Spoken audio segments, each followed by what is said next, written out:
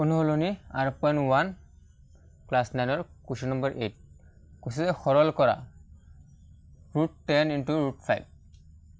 তো √2 মান দিয়া আছে √2 মান 1.41 হলে প্রদত্ত সংখ্যার মান কি হ'ব তো সোয়াটো কেনে করব সলিউশন আমাক √2 মান দিয়া আছে ন তো √10 * √5 আমি √2 নে কেনে ভাঙিব পাৰো তো √2 * √5 * √5 তো 2 5 গুণ 10 √√ দি দিছো তো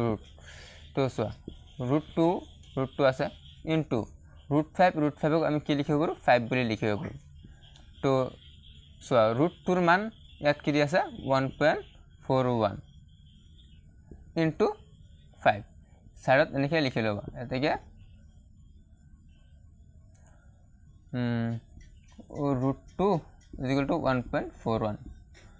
লিখি লবা তো 1.41 লগত 5 পূৰণ কৰি দিও 5 * 5 5 4 * 20 0 উকুলিল 2 5 * 5 আৰু 2 7 2 ৰ আগত 10 মিনিট আছে 2 ৰ আগত 10 মিনিট দি দিম 7.05 তোমালোকৰ এটো হৈ যাব এনসাৰ